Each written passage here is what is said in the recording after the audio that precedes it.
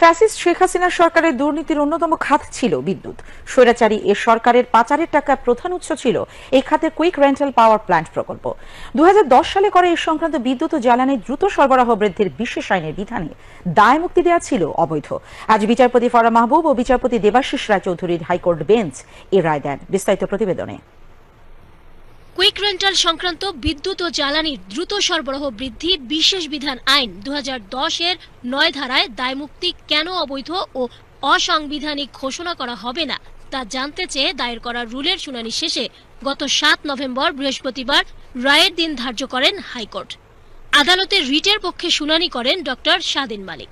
বিদ্যুৎ ও জ্বালানি দ্রুত সরবরাহ বৃদ্ধি বিশেষ বিধান আইন 2010-এর 9 ও 6 ধারার 2 উপধারা অনুযায়ী রেন্টাল ও কুইক রেন্টাল বিদ্যুৎ কেন্দ্রের কোনো কার্যক্রম নিয়ে প্রশ্ন তুলে আইনগত ব্যবস্থা নেয়ার জন্য আদালতে আবেদন বা মামলা